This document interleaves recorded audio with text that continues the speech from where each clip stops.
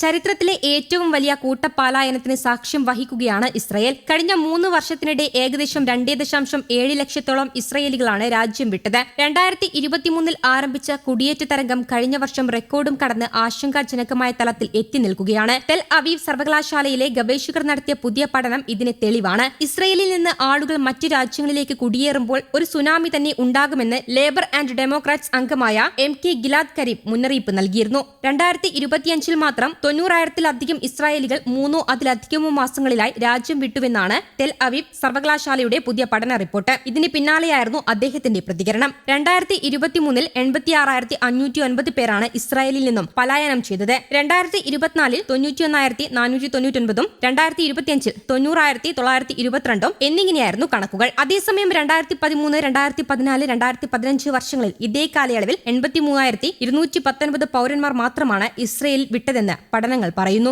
രാജ്യം വിട്ടുപോയ എല്ലാ ഇസ്രയേലികളോടും വരാനിരിക്കുന്ന തെരഞ്ഞെടുപ്പിൽ വോട്ട് ചെയ്യാൻ തിരിച്ചെത്തണമെന്ന് കരീവ് ആവശ്യപ്പെട്ടു. രാജ്യം വിട്ട എല്ലാ ഇസ്രയേലികളോടുമായി പറയുകയാണ്, ഇതിനുള്ള മാറ്റവും പരിഹാരവും ഉടനുണ്ടാകും. അത് നേടിയെടുക്കാൻ നിങ്ങൾ ഞങ്ങളോടൊപ്പം ഉണ്ടാകേണ്ടതുണ്ടെന്ന് കരീവ് വ്യക്തമാക്കി. ദീർഘകാലത്തേക്ക് രാജ്യം വിടുന്ന ഇസ്രയേലികളുടെ എണ്ണം അങ്ങേയറ്റം അസ്വസ്ഥത ഉളവാക്കുന്നതാണെന്ന് പഠനത്തിന് മേൽനോട്ടം വഹിച്ച ടെൽ അവീവ് സർവകലാശാലയിലെ കോളർ സ്കൂൾ ഓഫ് മാനേജ്മെന്റിലെ പ്രൊഫസർ ഇറ്റായ് ആച്ചർ പറഞ്ഞു. ഇസ്രയേലി സമ്പദ്വ്യവസ്ഥ പ്രകൃതി വിഭവങ്ങളാൽ സമ്പന്നമല്ല. ഹൈടെക് മേഖലയിലും മറ്റ് വൈജ്ഞാനിക വ്യവസായങ്ങളിലും കേന്ദ്രീകരിച്ചിരിക്കുന്ന ഉയർന്ന നിലവാരമുള്ള മനുഷ്യ മൂലധനത്തെയാണ് അത് വളരെയധികം ആശ്രയിക്കുന്നത്. 2025 12 മാസത്തോളമോ അതിൽ കൂടുതലോ നീണ്ട കുടിയേറ്റത്തിന്റെ സൂചിക ലഭ്യമായിട്ടില്ലാത്തതിനാലും 2027 മാത്രമേ അത് ലഭ്യമാകൂ എന്നതിനാലും ഗവേഷകർ 3 അതിലധികമോ മാസത്തെ കുടിയേറ്റ സൂചികയാണ് ഉപയോഗിച്ചത്. കാരണം ഈ രണ്ട് സൂചികകളും തമ്മിൽ വളരെ അടുത്ത ബന്ധമുണ്ട്. ഇതനുസരിച്ച് 2025 ഒരു വർഷമോ അതിലധികമോ കാലയളവിൽ 45,000 മുതൽ 50,000 വരെ പൗരന്മാർ ഇസ്രയേൽ വിട്ടുപോയിട്ടുണ്ടാകാമെന്ന് ഗവേഷകർ കണക്കാക്കുന്നു.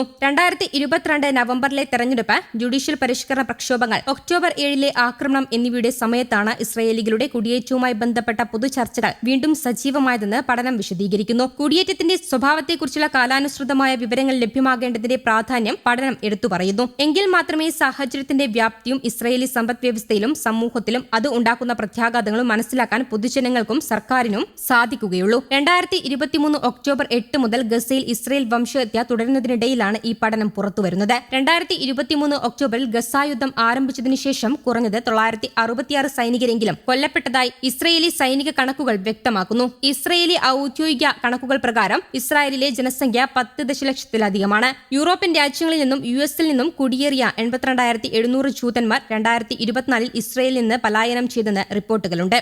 ഗസ അധിനിവേശവും ഹിസ്ബുള്ളയുടെ ആക്രമണം ഉണ്ടാകുമെന്ന ഭീതിയും സാമ്പത്തിക പ്രതിസന്ധിയുമാണ് ഇതിന് കാരണമെന്ന് ഇസ്രയേലി മാധ്യമങ്ങൾ റിപ്പോർട്ട് ചെയ്യുന്നു. ഇസ്രയേലിലെ സമ്പന്നമായ വടക്കൻ തെക്കൻ പ്രദേശങ്ങളിൽ നിന്നാണ് 43% പേരും സ്വന്തം നാട്ടിലേക്ക് തിരികെ പോയിരിക്കുന്നത്. 2023 ഒക്ടോബർ 7 തൂഫാനുൽ അക്സയ്ക്കു ശേഷം 1,17,000 പേരാണ് രാജ്യം വിട്ടുപോയത്. ഇസ്രായേലിലേക്ക് പുതുതായി കുടിയേറുന്നവരുടെ എണ്ണത്തിൽ വലിയ കുറവുണ്ടായതായും ഇസ്രായേലിന്റെ സെൻട്രൽ ബ്യൂറോ ഓഫ് സ്റ്റാറ്റിസ്റ്റിക്സിന്റെ കണക്കുകൾ പറയുന്നു. മുൻ വർഷത്തേക്കാൾ 18,000 പേരുടെ കുറവാണ് ഉണ്ടായത്. ഇസ്രയേലിലെ ജനസംഖ്യാ വളർച്ചയിലും 2024 വലിയ കുറവുണ്ടായി. 2023 1.60% ജനസംഖ്യാ വളർച്ച 1.1% കുറഞ്ഞിരിക്കുന്നത്. എന്നാൽ ചരിത്രത്തിൽ ആദ്യമായി ഇസ്രായേലിലെ ജനസംഖ്യ 1 കോടിയിലെത്തി. രാജ്യത്ത് ഒരു വർഷത്തിലധികമായി സ്ഥിരമായി താമസിക്കുന്ന 2,16,000 വിദേശികളും ഇതിൽ ഉൾപ്പെടുന്നു. ജനസംഖ്യയുടെ 76.9% ജൂതന്മാരാണ്. 21% അറബ് ജനതയാണ്. 2% അറബ് ഇതര ക്രിസ്ത്യാനികളാണ്.